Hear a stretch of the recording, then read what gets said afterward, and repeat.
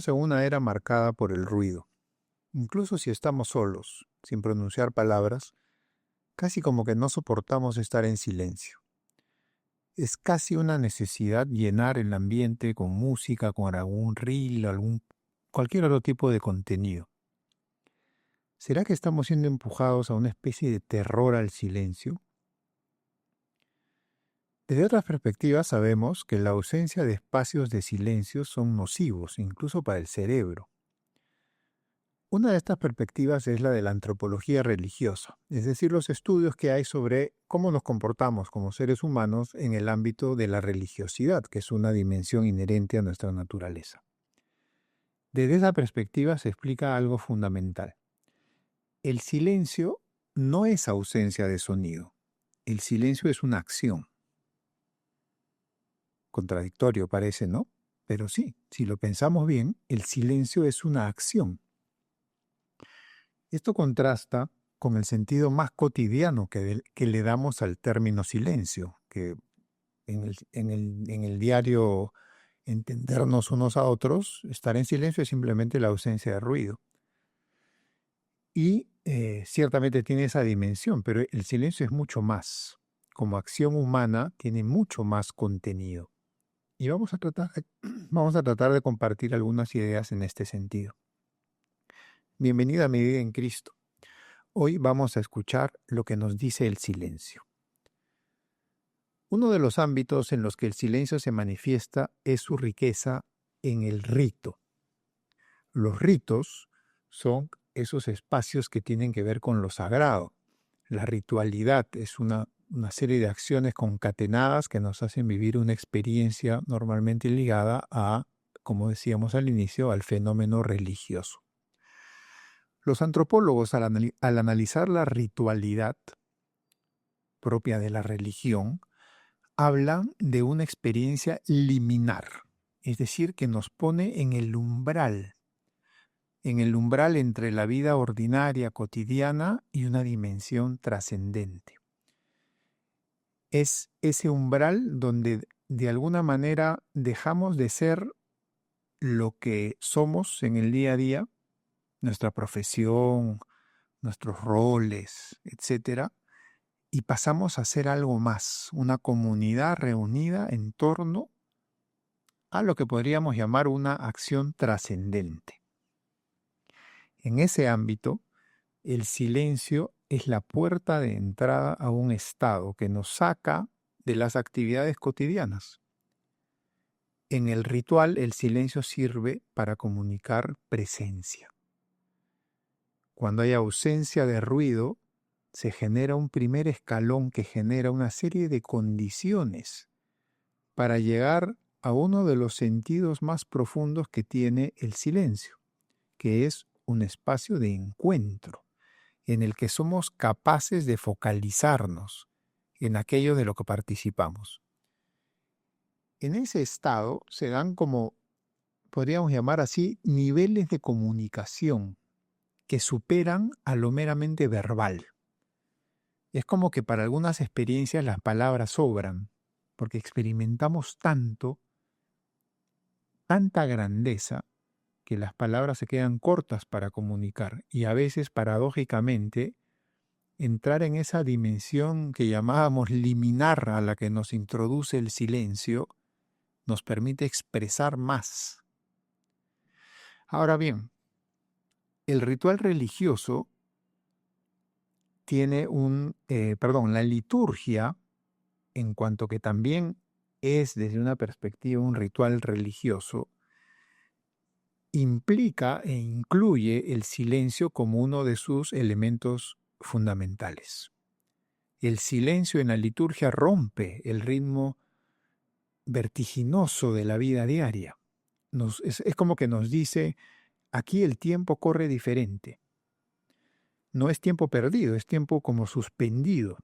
Nos advierte, oye, estás entrando en un espacio sagrado. Incluso pensemos desde niños, cuando hemos entrado siempre a una iglesia, es como que se genera un espacio distinto. Incluso los padres o los abuelos, muchas veces hasta el día de hoy yo veo por lo menos en la parroquia, "Shh, cállate, no hables, habla despacito", ¿no? porque estás en un espacio distinto. Y esa experiencia nos prepara para focalizarnos en lo que ahí va a suceder. De manera casi intuitiva, como digo, esto lo experimentamos al entrar a una iglesia. Centrémonos en la liturgia católica. El Vaticano II recuperó un concepto clave, que es la participación activa de todos los que asistimos o participamos, valga la redundancia, de la liturgia, de la misa, por ejemplo. Y muchos creemos o podemos creer que participar es cantar, leer, responder las oraciones en voz alta.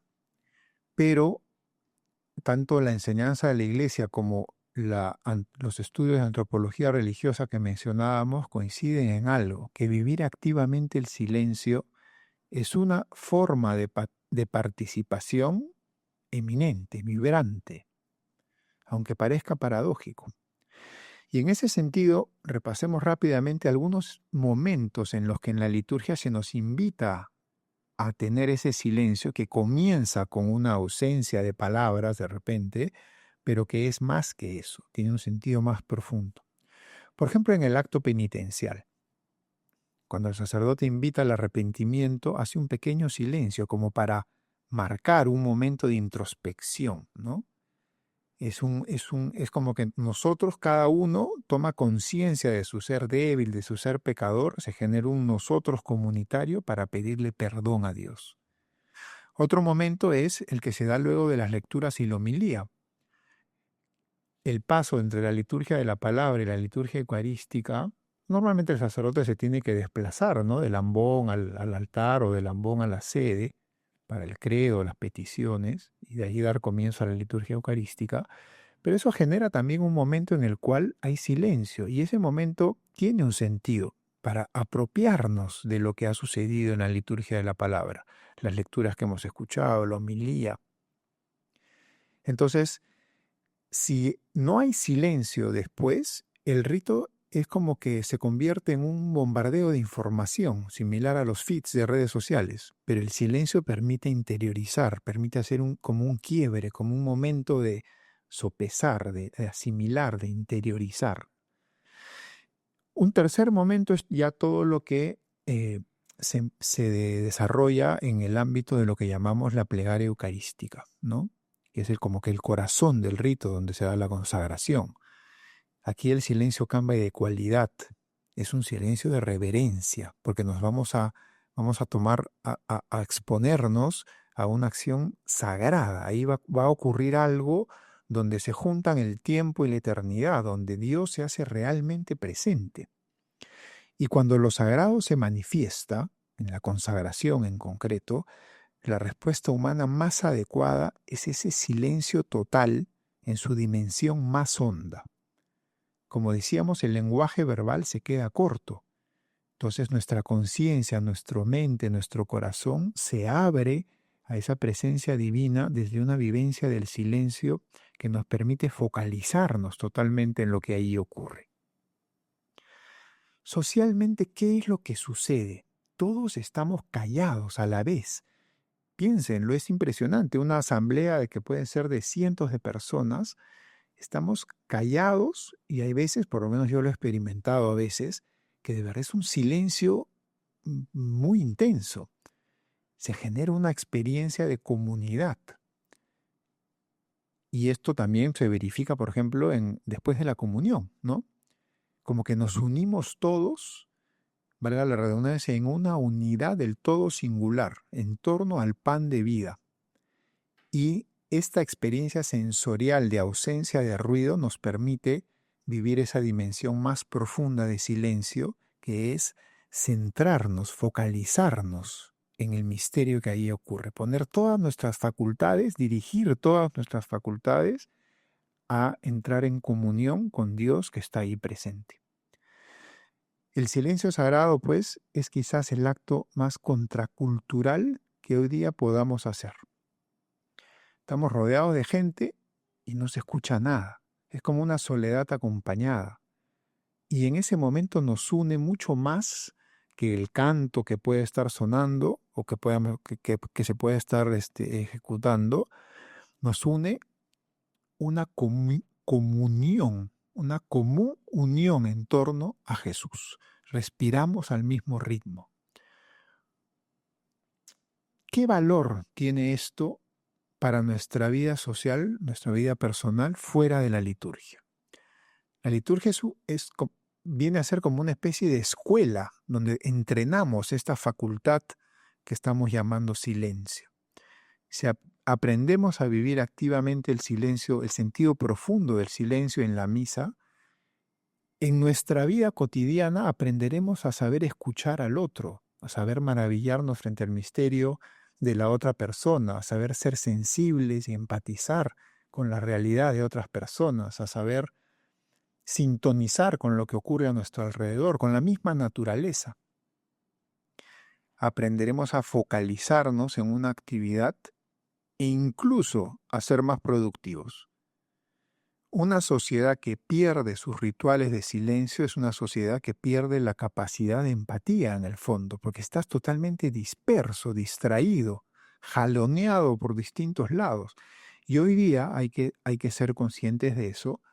Tenemos tal cantidad de distracciones que buscan captar nuestra atención para vendernos cosas, para el contenido de las redes sociales, para que demos like, para que demos me gusta, para seguir, etcétera, etcétera, que todo nos dispersa. El silencio nos focaliza, nos centra. La próxima vez, pues, que estemos en una misa y lleguen esos momentos de pausa y silencio, ejercitémonos en esta dimensión. No busquemos el teléfono, no miremos el reloj. Habitemos ese silencio, sintamos la densidad de la presencia que se percibe en el silencio, porque en el silencio es donde a veces Dios habla más fuerte. Recordemos el caso del profeta Elías, que buscaba a Dios en el trueno, en el rayo, en la lluvia, en el terremoto, pero lo encontró en la brisa suave. Es una excelente analogía, esta está en el libro de los Reyes. Entonces, te comparto estas reflexiones sobre cómo la liturgia nos entrena a vivir esta dimensión profunda del silencio y cómo con ese entrenamiento podemos tener espacios de silencio activo en nuestra vida cotidiana. Ya no le tendremos terror al silencio y más bien esos espacios se convertirán en pequeños oasis que nos permiten conectar con lo profundo y esencial, nos permiten reenfocarnos, pensar en profundidad. Gracias por llegar hasta aquí. Si te ha gustado el contenido, compártelo, dale like y si no lo has hecho, te pediría por favor que te suscribas al canal. Chau.